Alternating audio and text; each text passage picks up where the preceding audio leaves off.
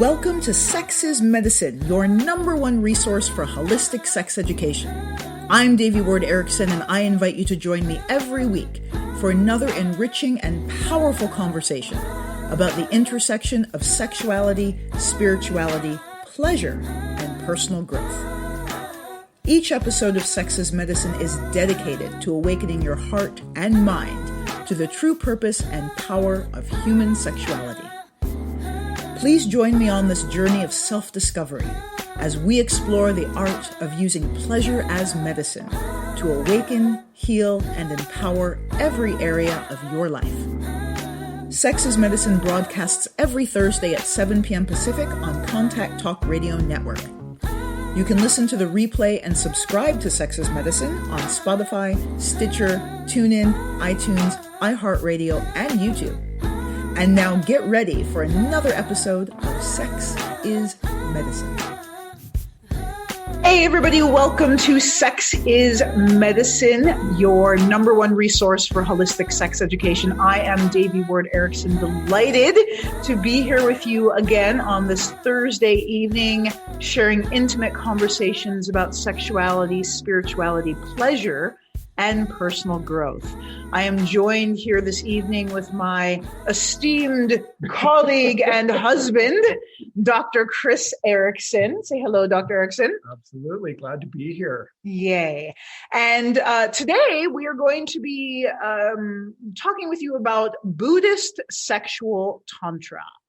And the reason that we wanted to talk about this is because this is a less well-known topic. The less well-known aspect of Buddhism is the sexual origins and the sexual roots of this tradition. Traditionally, Buddhist Tantra has two paths to realization, that of the monk and that of the tantric yogi or householder, also called a gakpa. I personally was instructed in the sexual application of traditional Tibetan tantric practices by my root lama. I was initially introduced to these practices through my mentor, and then I was given permission to practice some of the more advanced Vajrayana tantra sexual yoga practices by my lama. And because most Westerners have been introduced to Tibetan Buddhist Tantra via celibate monks, there's a misconception that traditional Tantra does not include or even emphasize sexual teachings. But actually, when we look at the historical roots and origins of Tibetan Buddhist Tantra specifically, nothing could be further from the truth. The very roots of Tibetan Buddhist Tantra stem from sexual yoga practices. So in this episode today, we're going to discuss what some of those historical roots are, what the roots, the sexual and historical roots of our particular lineage, the Shangpa Kagyu lineage, and then just discuss some differences between Buddhist Tantra and Hindu Tantra and Neo-Tantra. So here we are. So, I'm going to just share with you all a little bit about how I came to Tantra. And I'm going to explore this in a little bit more detail in a few episodes, at the end of the month or next month, where I talk about how the modality of Authentic Tantra was actually developed. So my first introduction to Tibetan Buddhist Tantra was, on Hawaii, on the island of Kauai. And I was in relationship with a student of my Lama Tashi. I didn't understand what a Lama was. I had been a monk of this Hindu tradition. I was like, Buddhist Tantra was not something I was even remotely interested in. But my partner at the time was very into Vajrayana Buddhist practice. And he had some books about it.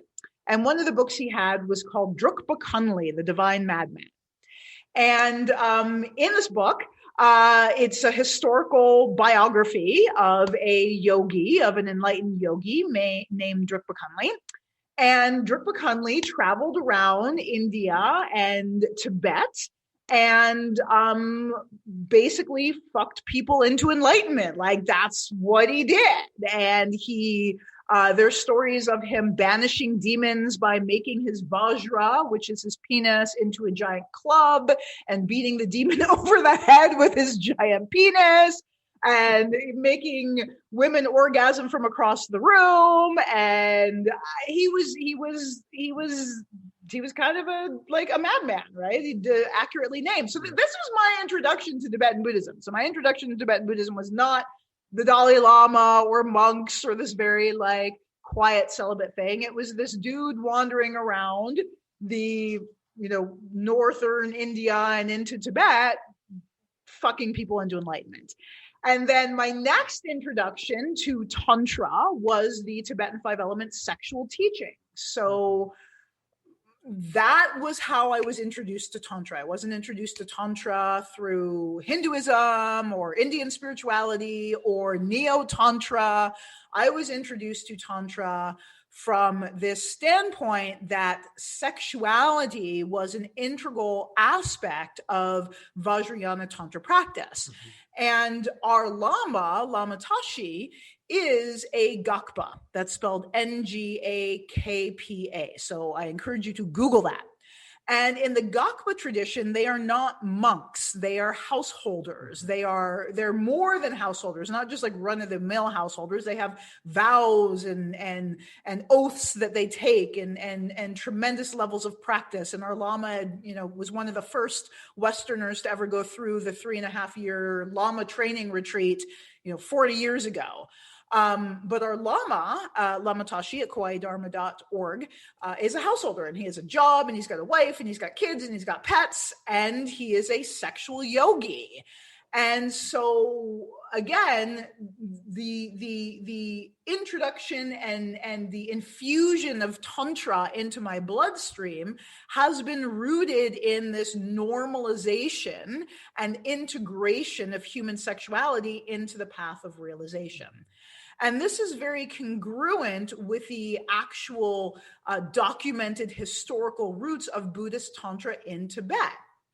So Buddhism was being introduced. Buddhism started in India and was introduced into Tibet in the 8th century, which was in the 700s. I'm qualifying that because if you're like me, I get confused when you say 8th century and you mean the 700s. That still messes me up. But in the 700s, CE, I guess it's called these days, Buddhism was starting to be introduced into Tibet. And it initially was introduced by a monk, right? Monk abbot, abbot dude. There was an abbot out of India that was invited to present it to the Tibetan people, and it just didn't work. It just flat out didn't work. Various stories say that the monk returned to the king and essentially said, the Tibetan people are too wild to learn this, and so I can't teach them. There's other stories about there being an outbreak of smallpox or something at the same time that the abbot was unable to control and was actually blamed for. So he was kind of ousted from the country eventually.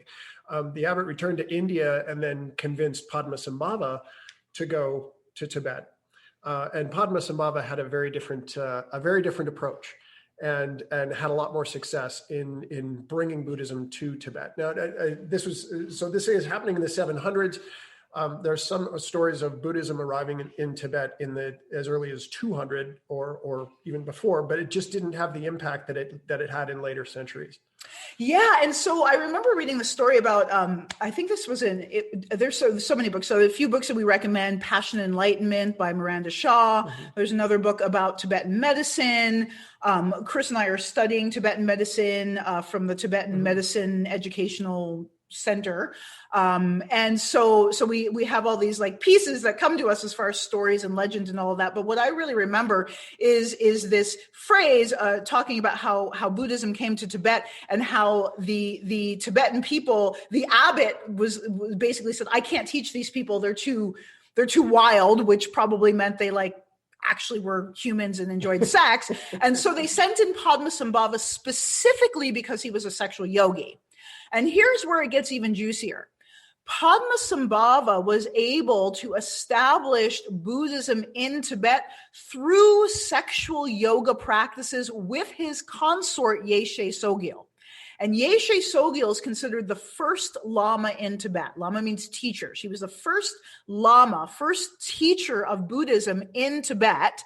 And she and her consort Padmasambhava helped establish it as a spiritual yogic practice through their sexual union.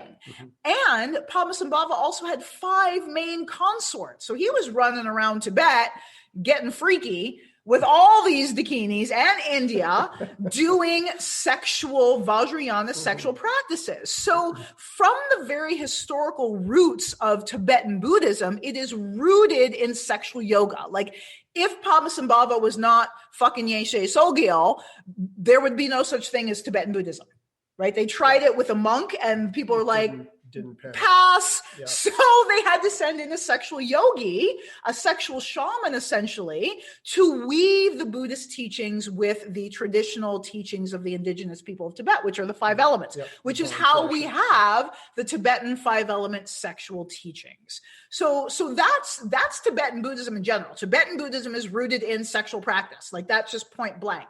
Then when you fast forward to the 10th or 11th century, you come to our particular lineage, which is the Shankpa lineage, which was founded by the Dakini Naguma.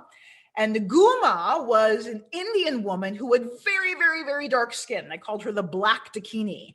And I believe they also called her Gyanamama. I can't pronounce it anyway. But what it means is woman with bones in her hair. So she was this like kind of wild, dark-skinned shaman woman who was a fully realized Buddha, and she fucked her students into enlightenment. Like that was how she passed on her teaching. She passed them on through sexual union practices, amongst other things. She also, according to legend, and we don't know all the details of how people operated every day, but along with just general oral teaching, she gave sexual teachings. And in fact, the fusion of the 5 elements with Tibetan Buddhism, Naguma's sexual 5-element teachings were given to Naropa, according to what we understand, and Naropa then later founded the Kagyu school of Vajrayana Buddhism. So once again, the historical roots of our lineage and the historical roots of Tibetan Buddhism in general are rooted in these sexual yogic practices. Pardon me. And then once again, what I recommend the book Passionate Enlightenment by Miranda Shaw for a gynocentric, feminine view of Tantra. Because the thing to keep in mind is that again, in the West, most of our introduction to Tibetan Buddhist Tantra has come from monks, right? So when Tibet was invaded by China and they had to flee for their lives, it was the monasteries they targeted and massacred people. And so these lovely little monk people had to flee for their lives. And part of where they came to is here in North America, here in the West. And in fact, our Lama Tashi, encountered the head of the Shangpa Kagyu lineage, Kala Rinpoche, again, 45-ish years ago, longer than I was alive, when I was just a glimmer in my mother's eye. Our Lama was being introduced to the 5-element teachings and Tibetan Buddhism, and he received the sexual instruction, the sexual application of the 5 elements from Kala Rinpoche. And Kala Rinpoche had sex. He's got some scandal. He has some sexual misconduct scandal, which is what happens when you have monks trying to have sex with Western women after like their entire tradition teaches you that women aren't equal humans. That's going to lead to some. That's going to lead to some misconduct. Yeah, then you try to engage with them. Yeah, not a good idea. So sexuality has historically been a part of Buddhist Tantra from the very, very roots. So, and again, the reason that there's confusion about it is because most of our introduction to Buddhism in the West has come via celibate monks, and you kind of can't trust celibate monks to have a healthy view of sexuality, because that's the antithesis of their vows. There's also been a backlash to the sexuality that is played up in Tantra simply because of the way that Tantra has been appropriated by the West. And it in a lot of neo-Tantra, it looks like the hedonism is the focus, and that is not what's going on with this. Part of this is you're using you're using these drives that are intense and really, really strong. And you're using those drives to begin to examine how that plays out in your life. And is that ruling you, or are you ruling it? How do you get rid of that dichotomy? Like, how do you get rid of the insanity of it and tap into the potency of it? And that has been, again, misappropriated by a lot of what is known as Tantra in the West. The more neo-Tantra stuff really does emphasize the hedonistic aspects. And that's not the point. Like, that's really not the point of genuine tantric practice. Yeah. So the understanding that the understanding that of the connection between orgasm and enlightenment was actually offered to me, or shared from a Rinpoche, from a Kagyu Rinpoche. And he shared, as you guys have heard me say many times, that at the moment of orgasm, at the peak of pleasure, the moving pranas, called the downward voiding winds, the moving pranas in the genitals brush the central channel, and we get a glimpse of enlightenment. So literally every orgasm, whether you're aware of this or not, just the way the human energy body is designed and physical body is designed, that at that moment of orgasm, at that peak of pleasure, we get a glimpse of our ultimate bliss nature, bliss void awareness. And that is built into the human design. So if we understand that that's literally inherent, that's literally how we were created by nature, by God, by whatever word you want to put there, it makes sense to, if it's already there, why wouldn't you want to work with that energy and kind of capitalize upon it, expand upon it, not capitalize like try to steal money from it or make money from it, but I mean build upon it. So if what we get in that moment is just like a sneeze, like a glimpse, what would happen if we used intention and focus and yogic methods to when we reach that peak, to sustain and enhance that peak? And what if we did yogic practices to increase the strength of that brushing and then sustain the longevity of how long we get to stay in that state of bliss void awareness? Well, what that does to the brain and to the nervous system and to the chemicals in the body is just unfathomable. And that's tantric union practice. Like when you and I are practicing our sexual union practice and we hit these peaks of orgasm, and it's literally like flying, right? It's like, they call it flying in the sky of mind of bliss. It's like literally like flying, like it's ultimate voidness. There's no time, there's no me, there's no you. We are fused in union in this like column, like I see like a column or a field of white light. It's just open, spacious bliss awareness. Language doesn't reach it. So it's like you can talk about it, but you're just kind of pointing out a direction as opposed to saying, here's what it really is. Yeah. Instead of you actually have to experience it, and you have to come to a realization of it, and once it stabilizes. And that's what it's all about. And what I love, again, they call it union practice because this is what we're doing together. So together so we're in this physical union, and then we're in spiritual union and energetic union in this field of bliss consciousness. Now, the key is that you cannot sustain that level of bliss void consciousness sexually if you don't have the non-sexual focus and presence already established. Exactly. So that's where I think we get into some issues with neo-tantra or some traditional or classical tantra practitioners saying, well, what do you guys, you're not supposed to be offering tantric teachings without initiation, blah, blah, blah. Well, the issue is that for most people, myself included, we have to learn how to train our awareness to be present in the moment, in our bodies, here and now, no matter what is going on externally and no matter what is going on internally. Yes. So it's mind training. Absolutely. Right? And Absolutely. so that's where the non-sexual Tantra yoga practices come in, like the meditation practices and the breath yoga, is they are training the awareness and the focus, and also training our ability to move energy through our body intentionally without the added volatility of sexual energy, because that's some intense energy. And so you have to approach your practice with the non-sexual, or establish your capacity non-sexually before you can then introduce and integrate the intensity of the sexuality. Absolutely. I mean, if you think about as a meditator, as somebody that sort of can settle in and relax, do that in a quiet meditation space, no problem. Now do it on a roller coaster, right? Now do it at a concert. Now do it at a busy intersection. There's way more distraction. It requires much more intense focus. Okay, now do it while making love.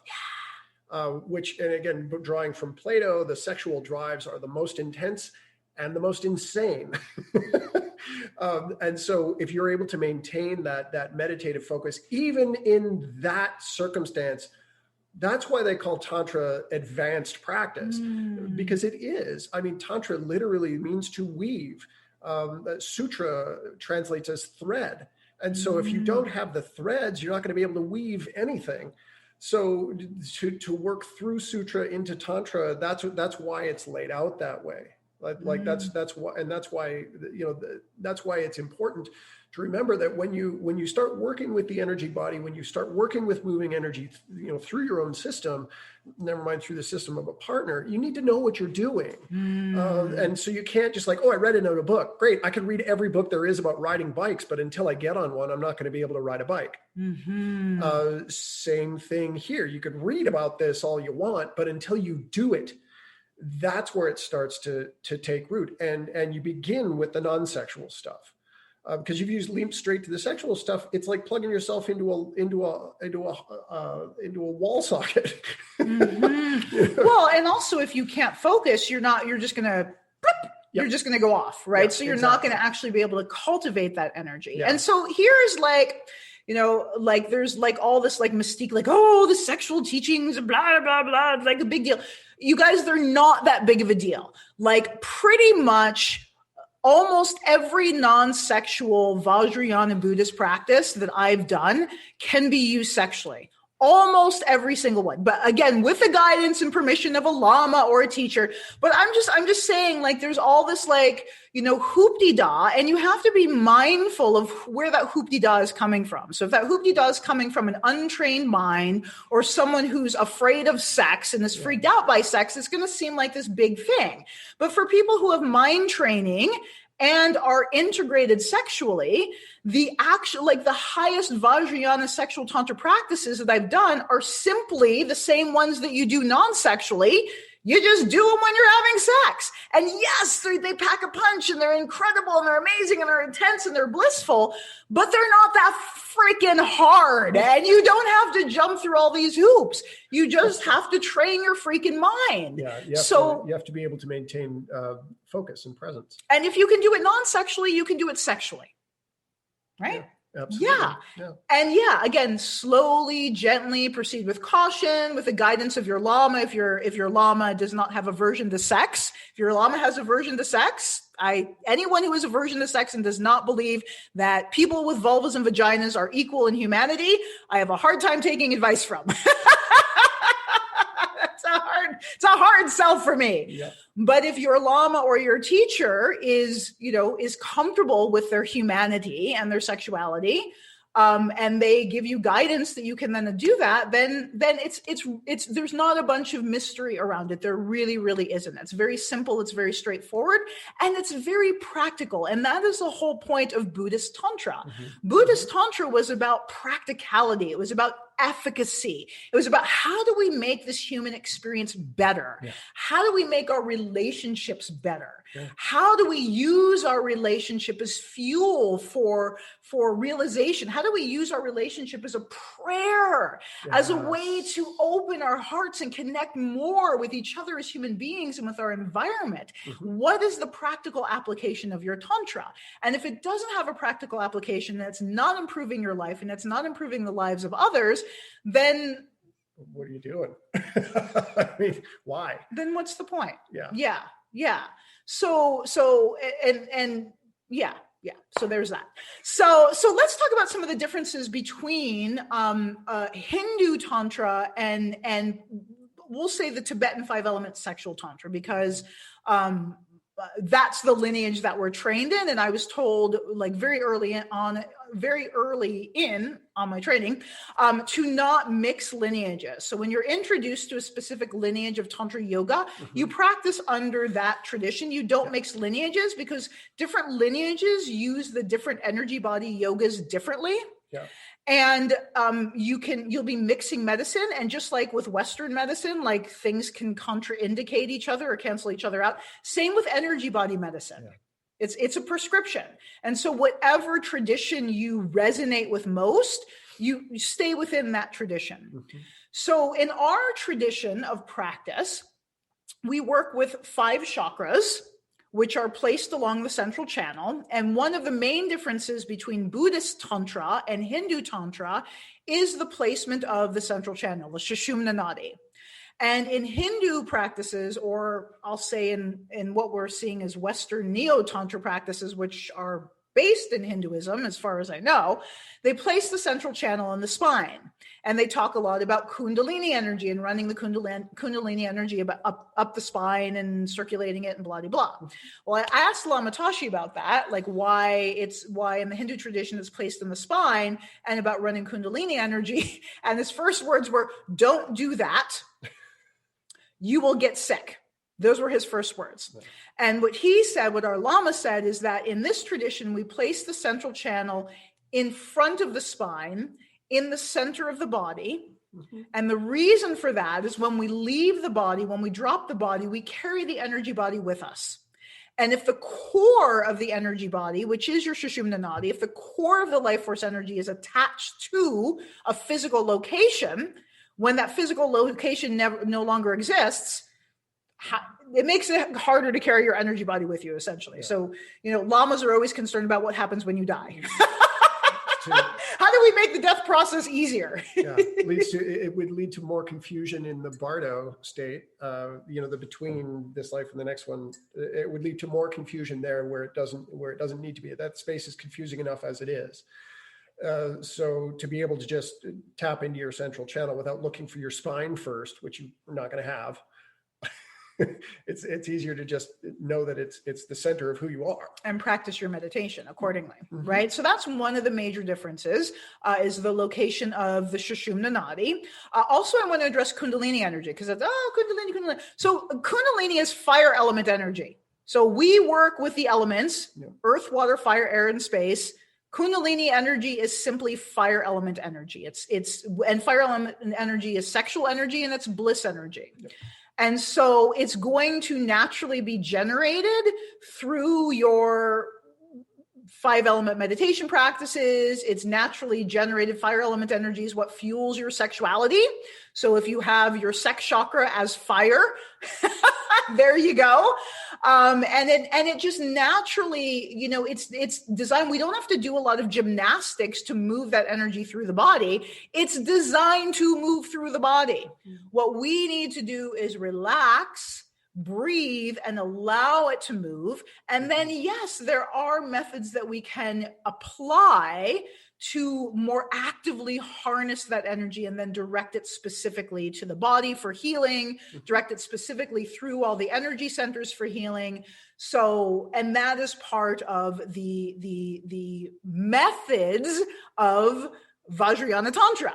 offering methods for harnessing that energy and utilizing it, directing it skillfully with the intent of healing and bringing realization, increasing love, increasing joy, and increasing auspicious circumstances for all sentient beings, also known as bodhicitta.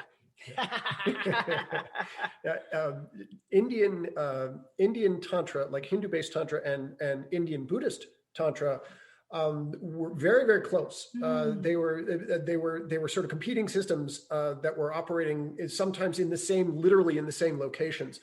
And so you see in the Hindu tradition the absorption of Buddha into the pantheon. To say, yeah, if you're a Buddhist, you're really just a good Hindu, right? Interesting. And vice versa. So you'll often see in like in the Tibetan images of the various yidams and protectors and whatnot, they will often incorporate Hindu deities into those in various positions and whatnot, sometimes showing positions of subordination, right? So there was some beef between these two schools. The Buddhists and the Hindus were like flexing and kind of competing, it sounds like. Absolutely. That makes a lot of sense. Yeah, they absolutely were. There's no question. Fast forward to today. Yeah. Whose Tantra is better? And that's a good question. It's really, whose Tantra is better? What resonates with you? What produces results? Yes, but what produces results? But what produces the results that you want? Because it doesn't matter what the heck I say. Like, this is the Tantra that works for me. Yeah. Other Tantra doesn't work for me. This Tantra works for me. It's improved my life. It's improved my health. Yeah. I mean, I couldn't even dream. Like 10 years ago, I couldn't have even dreamed of doing what I'm doing now. First government accredited school for Tantra. Like we've faculty, like all of this stuff. And it's all a result of the Tantra that we practice, Absolutely. But it's what we practice. So really the best Tantra for you is the Tantra that calls your heart, that nourishes your soul, that enhances your life. That's the best Tantra for you. And it could be a combination. I mean, we were taught, as kind of traditionalists to not mix medicines, but for you as a seeker, and just as a lay person out in the world, as a practitioner, you may find aspects and teachings from other traditions that you weave into whatever you're doing. It's not like, there's not good stuff in other places. So it's really about what makes your heart sing and what calls you, what speaks to you. Yeah. That is the right Tantra for you. That is the best Tantra for you, whatever that is. Tantra is meant to be practiced. And if your practice is a chore, if your practice is like a job, you just got to do it. Well, you're taking away the potential for joy that can be used to accelerate your spiritual growth. And so if you're paying attention to a process, and spiritual growth is not always the easiest thing you ever do. You face some nasty stuff, but if you can sprinkle that with joy, it sort of lubricates the process. Pleasure is medicine. Absolutely. Right? Yes. Absolutely. Pleasure is lube. Yeah. And so it's different people are going to respond differently to different things. I mean, Buddha himself said there's 84,000 pathways to enlightenment. So it's not like, one and only one. That doesn't work. Well, and that gets us into dogma. And that's another difference between the path of the monk and the path of the tantrika.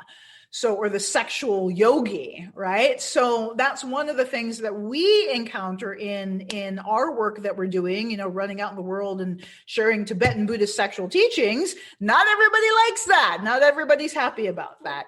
And some of the main complaints are from monks who are taught that according to one of Lama Tashi's teachers, Lama Rinchen, who wrote a book about his growing up as a monk, and the way he describes the methods that they use to annihilate their sexual desire are pretty extreme and profoundly traumatizing. And so they literally consciously cultivate aversion to sex and aversion to people with vaginas and aversion to their own genitals. Like they create a meditation on hating their genitals. Just like, die genitals, you're bad, you're rotten, filthy, nasty, disgusting. It's like an energetic castration. It's an energetic castration. Yes, that's exactly what it is. And the question, and if that's your path, great. Okay, that's fine. Not everybody. I don't think that's fine. I don't think that it's fine to energetically castrate yourself. I don't think so. I don't think that it's fine in the long run, in the sense of how can you claim to be fully integrated and fully enlightened when you're truncating the core of your existence? Like, you don't exist without a mother and a father. You don't exist without sexual contact. We are the products of sexual reproduction. And so by cutting ourselves off from that, we literally cut ourselves off from our humanity. And so the question is, by rejecting that, and this, I would love to have a debate about this with somebody who knows more than I do. Putting out the call. That'd be great. How can you claim to be fully enlightened when you're not incorporating a huge aspect of your humanity? And that raises an enormous question for me. Yeah, and what I want to say is that what I don't think is okay is energetically castrate is the method for disavowing sexuality. Yeah. If people don't want to be sexual, there's lots of people walking around that are asexual, and that is freaking awesome. Like, your choice around your sexuality is your choice. And if you choose to be celibate, hell yes. But if you choose to be celibate by denying and literally traumatizing yourself as part of your dogmatic tradition, and then you hate on other people. Yeah. And then insisting that your way is the only way. That's a problem. So I'm suggesting that for those who choose to be celibate or asexual, perhaps there's a healthier way to address sexuality and sexual desire, aside from visualizing your genitals being devoured by a snaggletooth hag who is going to drag you to the hell realms.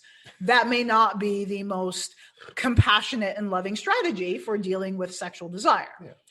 Just a thought. So, but you know what I find interesting is, and some of you may find this interesting too, I found it interesting when I first began, is that this tension between the path of the monk and the path of the tantrika, the sexual yogi, is again historical. Yeah. That's been there from the beginning, and there's been historical debates and showdowns essentially around whose path is better and whose path is going to lead you to enlightenment more quickly. If you're a monk and you withdraw from society and all you do is meditate all day, is that going to lead to full realization quicker than basically diving fully into the trenches of what it is to be human and basically consuming the poison of what it is to be human and transmuting it into power, transmuting it into the realization. And that is the path of Vajrayana Tantra specifically. Vajrayana Tantra is about everything is included. Bring everything onto the path and use it as fuel for transformation.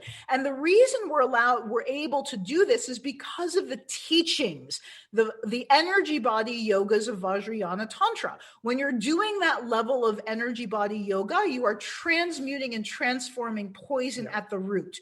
You are working at the level of consciousness itself and transforming your consciousness at the root. So therefore, you can dive into the totality of human experience and embrace all of it and be assured, have that trust and that confidence that you are in the process of transmutation. And then again, having a guide, having a lama, having a teacher who can support you on the path and kind of nudge you in the right directions. But also, I really find that taking refuge is like my vow every morning to align myself with the highest good and truth and light and benefit for myself and all sentient beings. That's a powerful vow to take every day. It absolutely is. And the practices of developing, as the term that you had brought up before, bodhicitta, which is this altruistic compassion.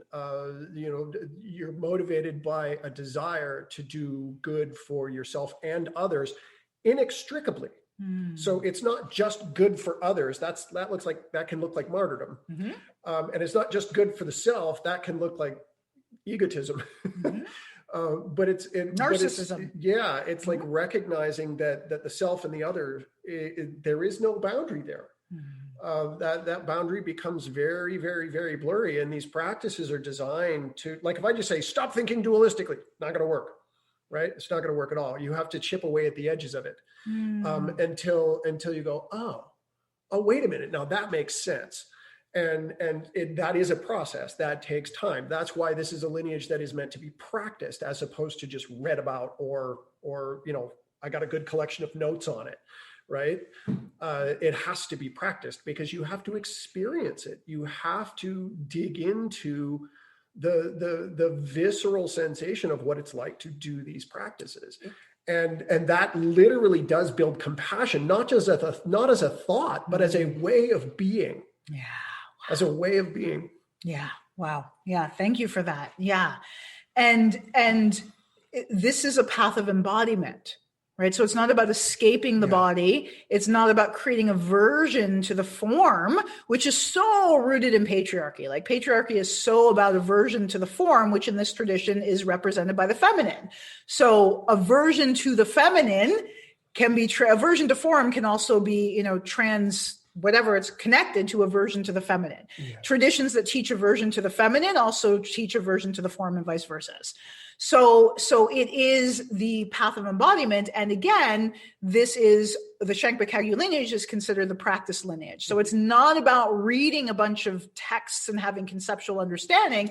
It's about embodied wisdom that arises from the inside out, literally from the cells out, that is a result of both your sexual and your non-sexual Tantra yoga practice. You have to have both. Like for the path of the yogi, you can't just be like fucking all day and like that's all you do as far as your path of realization. It's both. It's all of it. And it's not just like, it's not sex or non-sexual. It's about what I find, it's about weaving the totality of the mundane human experience into an expression, into the cauldron of spiritual power and bliss. Yeah. So through our meditation practice, we cultivate bliss consciousness. Mm-hmm. We cultivate presence, which is bliss consciousness. Yeah. Being present in this moment with no thought of past or future is a joyful freaking experience. That is so fun. And then we get to carry that experience into every activity, whether we're doing a podcast or whether we're doing a coaching session or whether we're designing a website or doing the dishes, whatever it is. And then applying that or using that, bringing that same presence and mindfulness into the sexual union practice deepens and enhances and enriches it even more and creates this energetic and chemical, fucking celebration in the system that even more firmly roots and anchors this wisdom awareness in the psyche. Mm-hmm.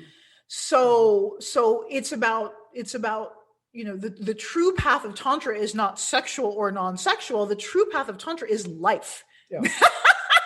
That's literally every experience becomes a spiritual experience. And that from a Western perspective, that sounds really weird because your spiritual experiences happen on Sundays at church, or if you have a near-death experience, and that's kind of where the spiritual stuff happens. But with this, it's literally everything.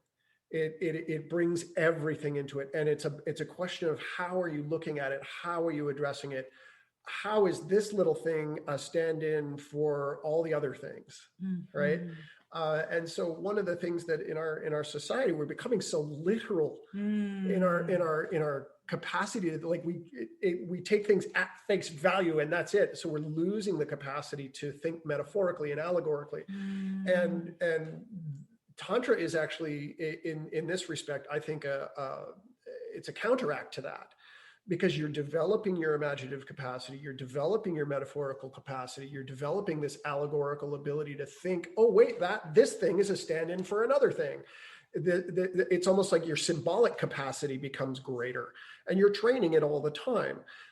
This allows you to see all kinds of patterns in the stuff that you do, whether it's in the little stuff or the big stuff. And you can use that as a guide for shaping your own spiritual growth and for allowing the stuff that's in the way of it to begin to drop away, because that stuff is not just going to show up in one place. It'll show up across the board in various ways, shapes, and forms. And if you can recognize it, you can work with it. It may be too hard to work in this location, but I can work in this location. And once this one's cleared out, then I can work over here and it works better too. Mm-hmm. So, and that's the other thing that I notice that's a signpost of the realization from Tantra yoga practice is the lessening of dualistic thinking. Yeah. Right. So it's the path of the monk or the path of the tantrika. It's this or that. It's, it's right or wrong. It's this black or white, high or low. And what the realization that's arisen for me is, well, maybe it's both. Maybe it's all. Mm-hmm. Maybe it depends on who's in front of you. And so that's the other thing about Vajrayana Tantra is it's traditionally, back in the day with Naguma and stuff like that, like it was teacher to student. It was one-on-one. It wasn't workshops and group classes and all, the stuff, the way that we in some ways are obligated to present it now. It was teacher to student. It was intimate. And it was a transmission. And so like some of the richest teachings that I got from Lama Tashi didn't happen in the Dharma class, though those are very rich in and of themselves, but it was through the human connection. Yeah. Like I lived on Kauai. Lama Tashi was part of my family. I had Christmas and Thanksgiving and parties and hangouts and beach days and all of that with the Lama. And so some of the most salient and profound wisdom was just transmitted, as just while we're hanging out drinking a beer. Yeah. Like teacher to student, because and if it was anybody else sitting there, it would have been a different communication. But because of who I am and who he is and our karmas together, the teachings that were given or that came through were very specific to our karma. Yeah. And that is the thing. So there's instructions that I personally have given to certain students that are appropriate for that student, but they're not appropriate for another student. Correct. So it's very, very, particularly when we're talking about like the deeper teachings and some of the sexual teachings and, some of the more nuanced teachings, they're transmitted to that person. They're not necessarily, up for grabs, up for everybody.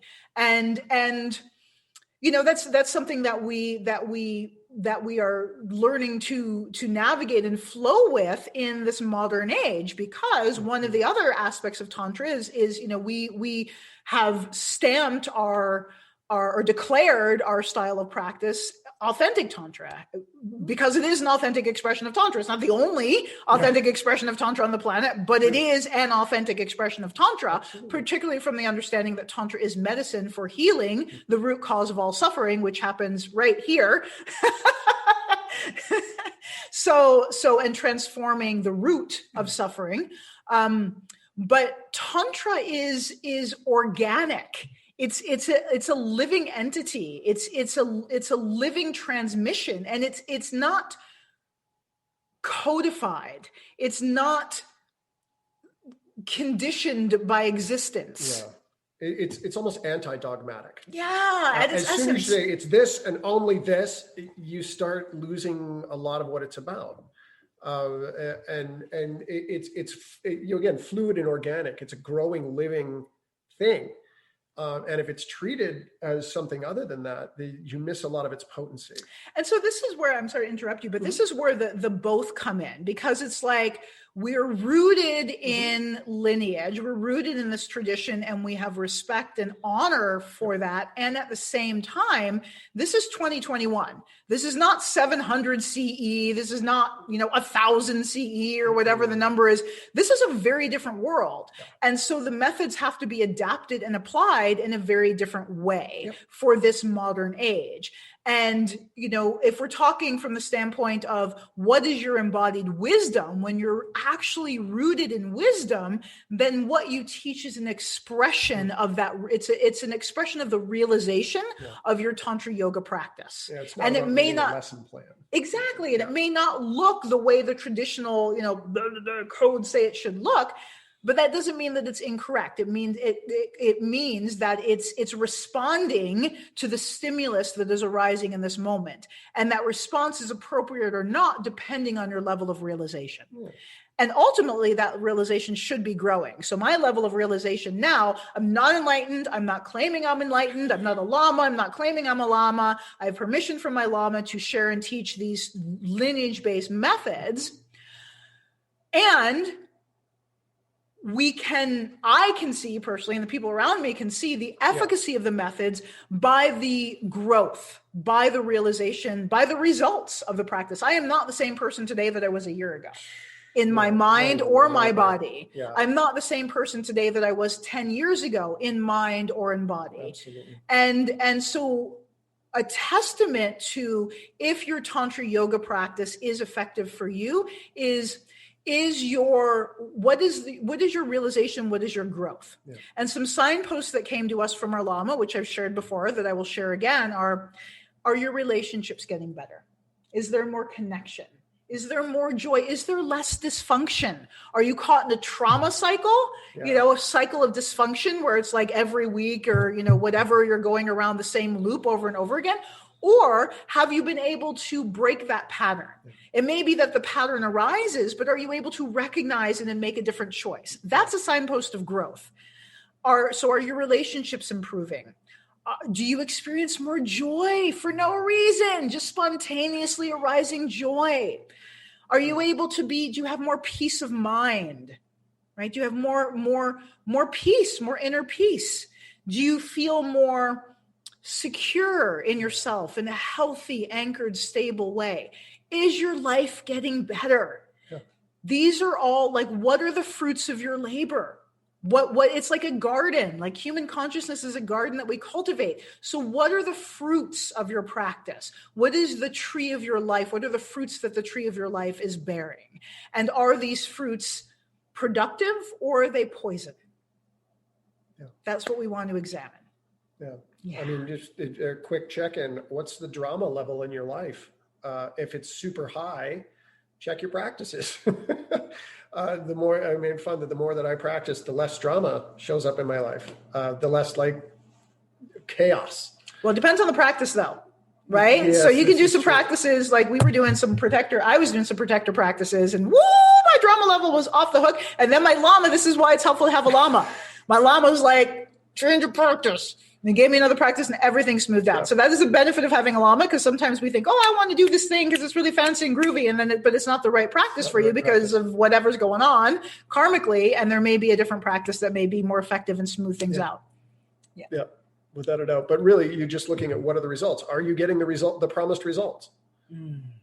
Right. And if the results are, they're promising liberation and enlightenment, I can't say that I'm there yet, but I'm closer to it than it was. Well, somewhat liberated, aren't we? Somewhat. Yeah. Yeah. Mm-hmm. More liberated today than we were even yesterday. I would say yes. Every day. Increase in liberation. Yeah. And sometimes it's little things, but I'll notice things that used to just maybe fly off the handle. I'm like, oh, there's that thing again.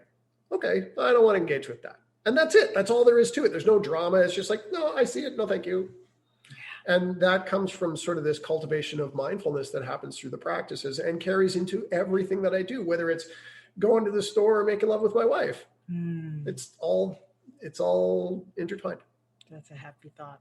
All right. Well, we got to wrap up this conversation. So I hope that sheds some light. I mean, there's so much more. Again, we were just tipping at the top of the iceberg and sharing the words that were coming through to share, but there's a whole there's a lot. Glacier under the surface of what there is to talk about this. So if you're interested in learning more about our particular lineage and tradition of Tantra, you can find out more at AuthenticTantra.com. I highly encourage you to download my free ebook, Tantra is Medicine, Healing with the 5 Elements, in which I share my personal journey of healing and reclamation, particularly with the sexual application of the 5 elements. It wasn't just, sitting in my bedroom, oming and meditating. It was specifically the integration of the sexuality with these lineage-based Tantra practices that catalyze such epic and such profound transformation and growth. So you can catch that, sign up for that at AuthenticTantra.com. Stay connected to Sex is Medicine. Make sure you subscribe on YouTube, iTunes, Spotify, all the networks. And follow us on Instagram and Facebook because we have lots of amazing stuff. Really, really, really loving our audience on Instagram. You guys are so amazing. So grateful for the engagement and the feedback that you're offering and sharing. And yes, so join us next week for another episode of Sex is Medicine, where we're going to be talking about the dark side of Tantra and sacred sexuality in the West. We're going to be decoding this a little bit more in depth. So have a wonderful night, everyone. And may you have juicy dreams and may you align with your ultimate bliss consciousness in every aspect of your life. Om Mani Padme Hum. You've been listening to Sex is Medicine with Devi Ward Erickson, your #1 resource for holistic sex education. You can listen to and subscribe to Sex is Medicine on Spotify, Stitcher, TuneIn, iTunes, iHeartRadio, and YouTube. Just search Sex is Medicine with Devi Ward. Stay connected with me and my guests on Instagram, Facebook, and Twitter at Authentic Tantra, and learn how you can use Tantra as medicine to heal, awaken, and empower every area of your life at AuthenticTantra.com. Make sure to tune in to Sex is Medicine every Thursday at 7 p.m. Pacific on Contact Talk Radio Network, and join our watch party every Thursday evening on Facebook at Authentic Tantra. We look forward to you joining us next week for another episode of Sex is Medicine with Devi Ward.